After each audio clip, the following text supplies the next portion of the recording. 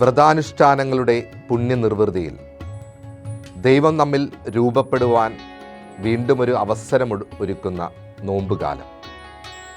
സ്വയം ചിന്തയിലിടുവാനും ചെത്തിമിനുക്കുവാനും ദൈവം വീണ്ടും ഒരു അവസരം നൽകുകയാണ്.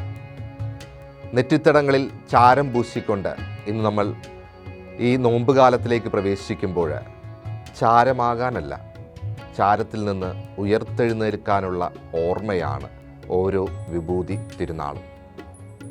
40 ദിനരാത്രങ്ങൾ മലയിൽ ക്രിസ്തു പരീക്ഷണങ്ങളിലൂടെ കടന്നുപോയതിനു ശേഷം പുറത്തു വന്നപ്പോൾ ആദ്യമായി പറഞ്ഞ വാക്കുകൾ ഇപ്രകാരമല്ലേ: ദൈവത്തിൻ്റെ ആത്മാവ് എൻ്റെ മേലുണ്ട്.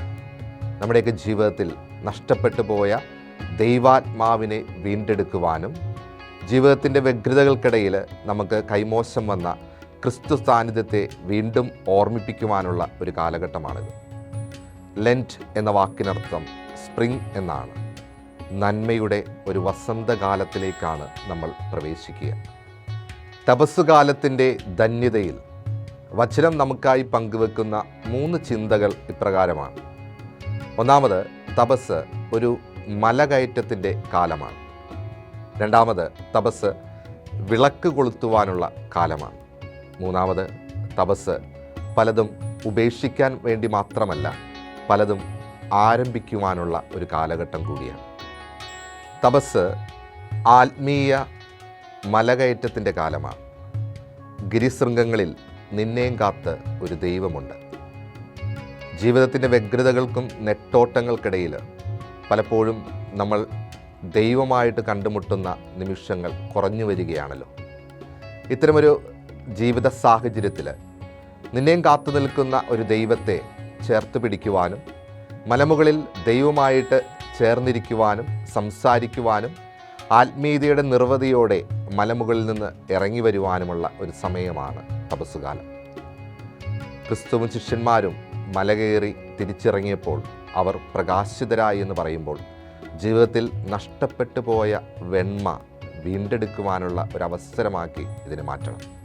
രണ്ടാമത്തെ ചിന്ത, തപസ് വിളക്ക് കൊളുത്തുവാനുള്ള കാലമാണ്. വെളിച്ചത്തിലേക്കുള്ള ഒരു പുനരധിവാസം. മെഴുകുതിരി വിൽപ്പനക്കാരൻ്റെ മനോഹരമായ ഒരു കഥയുണ്ട്.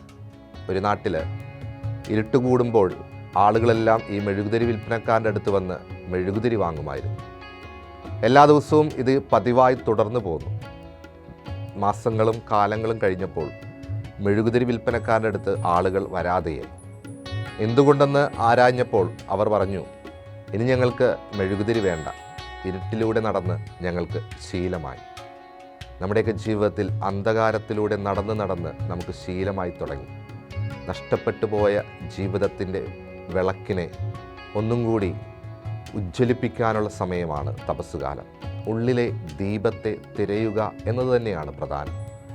എന്നിലൊരു പ്രകാശമുണ്ടെന്ന്, ആ പ്രകാശത്തെ തേടിയുള്ള യാത്രയാവട്ടെ ഈ നോമ്പുകാലം.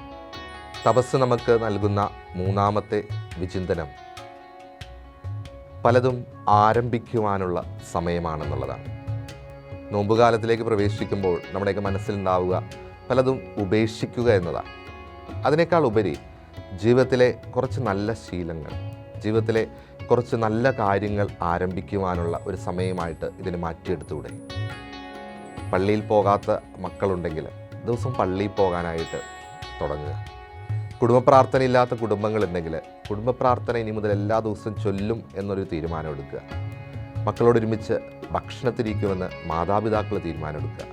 ഇനിയുള്ള നാളുകളിൽ ഞാൻ എൻ്റെ കുടുംബത്തെ കൂടുതൽ സമയം ചെലവഴിക്കുമെന്ന് നമ്മളെല്ലാവരും തീരുമാനമെടുക്കുക. അങ്ങനെ ജീവിതത്തിൽ ഒത്തിരി കാര്യങ്ങൾ പുതിയതായിട്ട് ആരംഭിക്കുവാനായിട്ട് തുടങ്ങുവാനായിട്ട് ദൈവം നൽകുന്നൊരവസരമാണ്.